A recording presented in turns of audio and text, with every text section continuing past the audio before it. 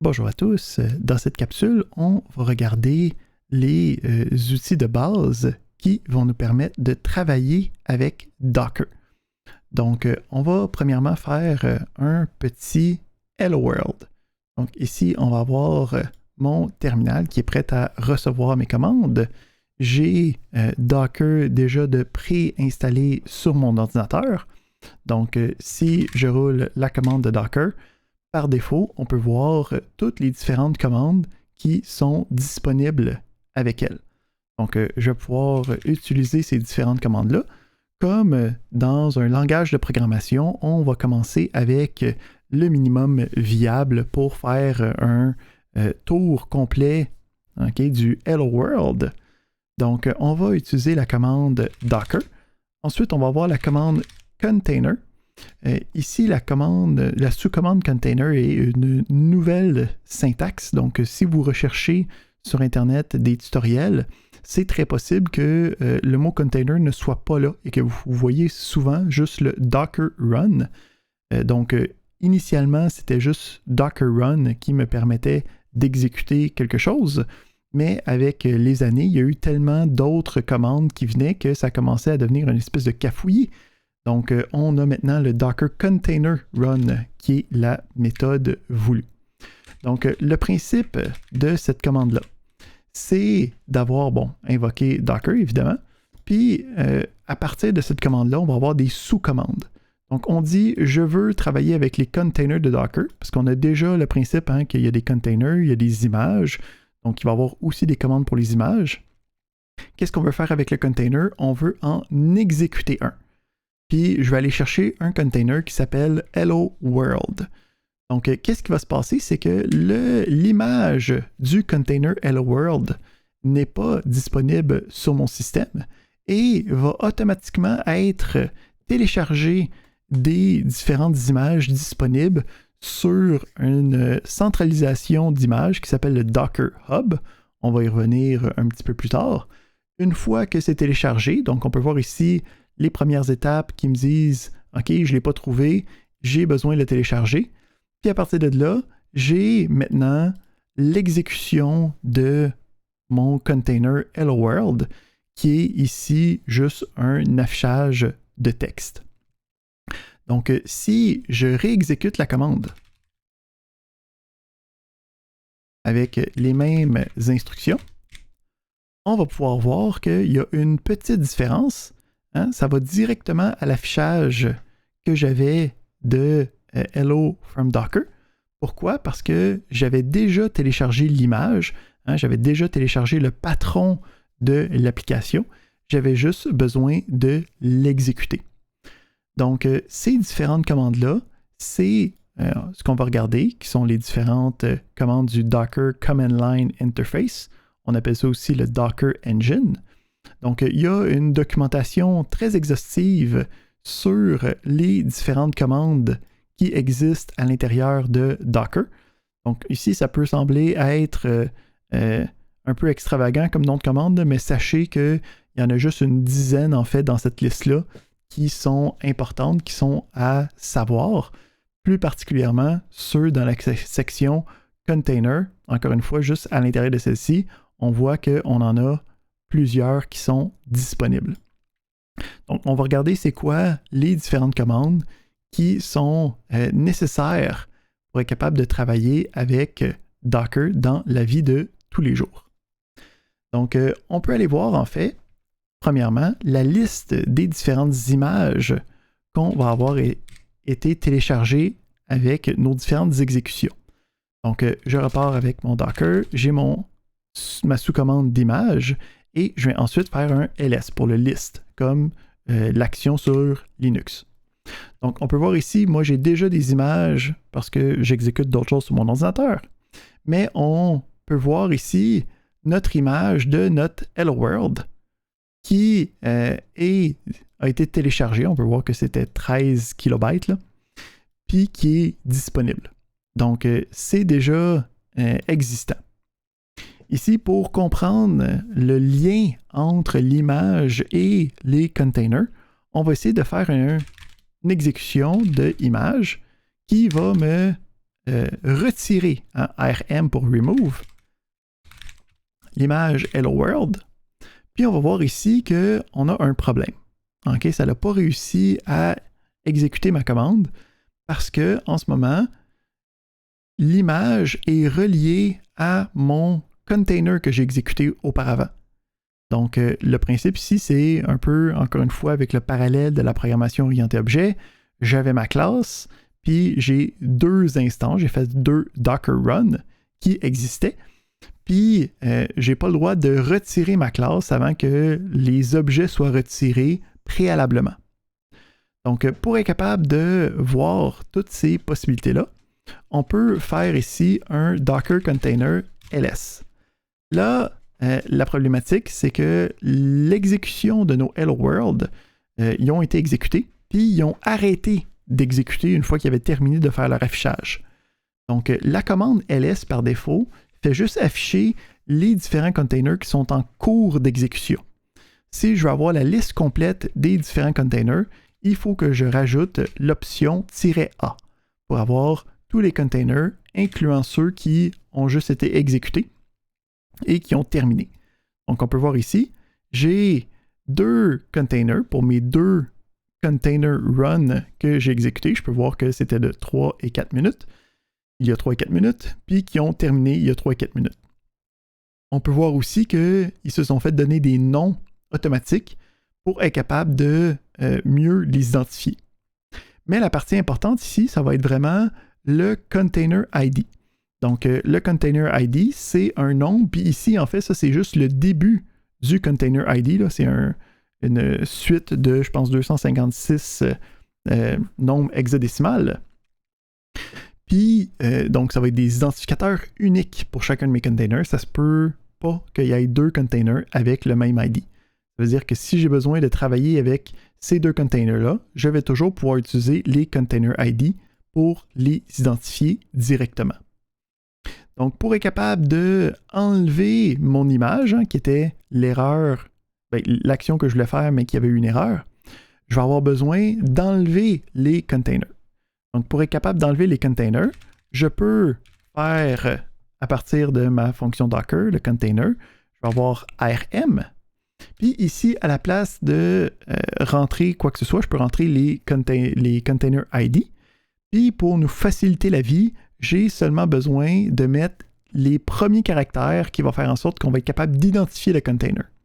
Fait que, puisqu'en ce moment, j'ai seulement deux ID disponibles, je peux écrire, mettons, le EE0 du premier numéro. Donc, je vais pouvoir enlever ce container-là. Donc, si je veux vérifier, je peux refaire mon Docker Container LS avec l'option A. Je peux voir ici que j'ai seulement un des deux containers qui est encore disponible. À partir de là, je peux enlever le deuxième container. Donc là, si je refais mon Docker LS avec "-a", on voit qu'il n'y a plus rien de disponible. Excellent. Donc, si je reviens puis j'essaye d'enlever mon image. Donc, pour enlever l'image, on avait l'image RM, on a notre Hello World. Puis on peut voir ici que ça a été enlevé comme je le voulais. Si je reviens dans ma liste d'images, donc Docker Image LS, je peux voir que j'ai seulement les images que j'avais téléchargées auparavant. Je n'ai plus à la fin de ma liste le Hello World. Donc on a vu qu'on a le Docker Container Run qui me permet de télécharger une image puis automatiquement de l'exécuter. Mais on a aussi une précommande qu'on peut utiliser qui va être la commande pull. Donc la commande pull va me permettre de télécharger une image sans l'exécuter. Donc je peux ici faire un Docker Image. Je veux aller tirer l'image, donc dans le même principe que Git. Puis on va aller chercher le Hello World. Donc on voit ici que ça va juste faire la partie de téléchargement de l'image. Ça ne l'exécute pas. Ça n'exécute pas de container. Mais si je retourne dans ma liste d'images, c'est maintenant disponible dans la liste d'images. On a le Hello World qui est présent. Parfait.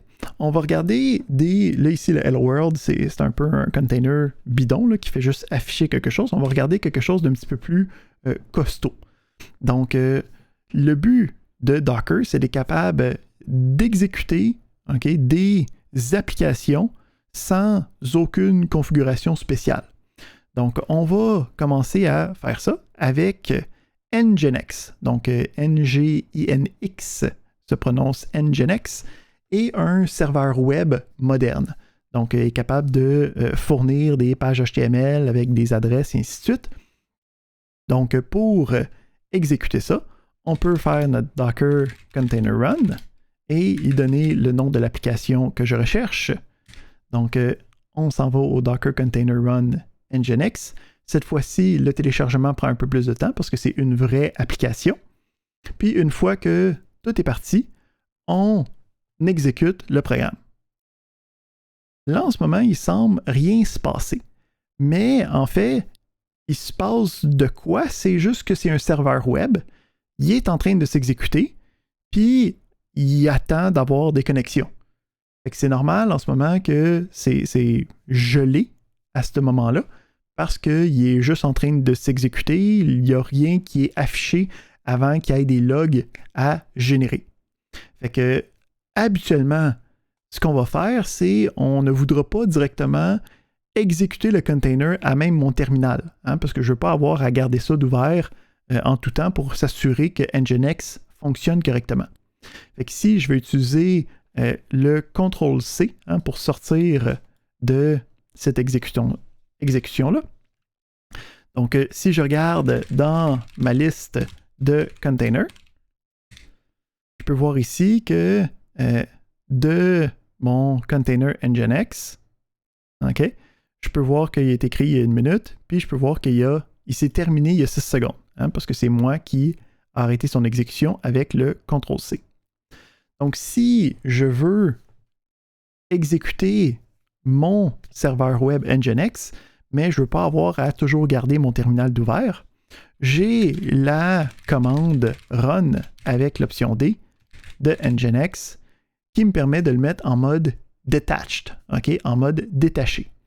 En gros, ça va faire exactement la même action, c'est juste que ça va me redonner le contrôle de mon terminal par la suite. Donc, si j'exécute ça, je peux voir ici, ça me donne en fait le container ID. On peut voir ici la taille totale du container ID. Puis, si cette fois-ci, je fais mon container ls, donc cette fois-ci, là, je peux voir que mon container, il a été créé il y a 17 secondes, ça fait 16 secondes, il est disponible, je peux le voir. Donc, je peux travailler avec ce container-là qui est en cours. Évidemment, là, puisque je n'ai plus un contrôle direct, il va falloir que je trouve comment être capable de l'arrêter.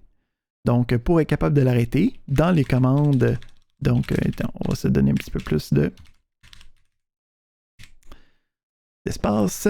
Donc, dans les commandes, j'ai mon Docker container, puis j'ai la commande stop. Donc, j'avais la commande run. Là, j'ai la commande stop qui va me permettre de travailler avec ce container-là. Ici, deuxième option, quand on travaille avec les containers, donc on peut toujours utiliser le ID, mais il y a aussi un nom qui a été donné. Puis on va voir qu'on peut configurer le nom pour que ce soit notre propre nom qu'on veut y donner. Mais je peux utiliser le nom Tereshkova. Facile. Donc, je peux utiliser le nom et en faisant ça, donc je fais mon container ls normal.